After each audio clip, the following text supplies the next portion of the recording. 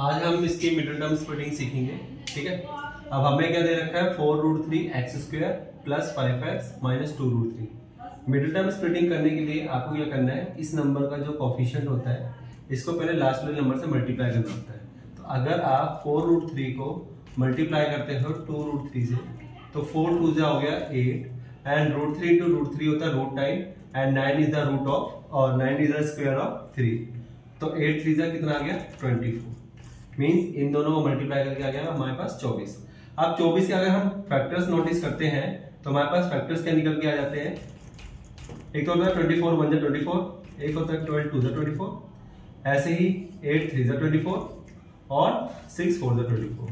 हमें वो पेयर लेना है जिससे 5 आए, तो 5 हमारा आएगा किससे 8 एंड 3 से, क्योंकि 8 में से अगर हम 3 माइनस करेंगे तो क्या आ जाएगा हमारे पास 5। अब हम इसको लिखेंगे 4√3x² plus 8x minus 3x minus 2√3। Right, middle term splitting कहते हैं इसे, क्योंकि इसमें पहली टर्म और लास्ट वाली टर्म को कोई चेंजेस नहीं आता, बस बीच वाली जो टर्म होती है वो स्प्लिट हो जाती है। अब हमने इसमें से लेने हैं कॉमन।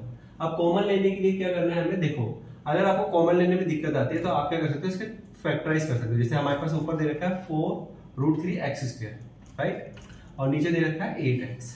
अब अगर हम इसके फैक्टर्स करते हैं तो इसके फैक्टर्स आ जाएंगे 2 into 2 into √3 into x और ऐसे into x, राइट, और इसके आ जाएंगे 2 into 2 into 2 और into x। अब अगर आप कॉमन लेते हो तो कॉमन वो चीज होती है जो दोनों में हो, तो इसमें दोनों में एक तो 2 है और एक और 2 है, यानी 2 2 जा 4 और साथ में एक x भी कॉमन है, तो यानी इसमें कॉमन निकल आया इन दोनों में 4x। तो ऊपर में क्या बचा √3 और x, √3x प्लस नीचे क्या बचा 2। तो इस तरीके से इनमें से हमने कॉमन ले लिया 4x, तो यहाँ से बचा √3x और यहाँ से बचा 2। इनकी बात करें तो इसमें से एक तो हम माइनस का साइन कॉमन ले सकते हैं, और इसमें से क्या कॉमन निकलेगा, हमें कॉमन ऐसे लेना है कि इसके बदले भी यहाँ पे √3 बचे। तो यहाँ पे अगर हम देखें 3x और यहाँ पे दे रखा है हमें 2√3।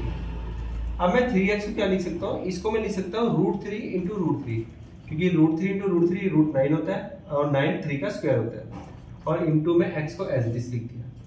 इसको हम क्या लिख सकते हैं 2 into √3। अब अगर कॉमन देखें तो कॉमन है √3। अब √3 जब आप कॉमन ले लेते हो तो देखना है आपको ये भी कि इसका ऊपर वाला और इसका ऊपर वाला जो रह गया था ये क्या सेम है। यस, यहाँ पे भी √3 और x रह गया था, यहाँ पे भी √3 और x रह गया था, और सिमिलरली नीचे वाले को भी नीचे वाले से कंपेयर करना है। यहाँ पे नीचे 2 रह गया था और यहाँ पे भी 2 रह गया था, यानी इसमें हमने ऊपर वाले में और नीचे वाले में कॉमन सही लिया है। अब यहाँ से कॉमन आ गया √3, तो ऊपर क्या बच गया था √3x और यहाँ से क्या बच गया था +2। अब जो कॉमन लिया है उसको आप एक साथ लिख दो 4x माइनस √3, और ये जो 2 ब्रैकेट्स है इसके लिए आ गया 1 bracket, right, and this is the middle term splitting of this equation.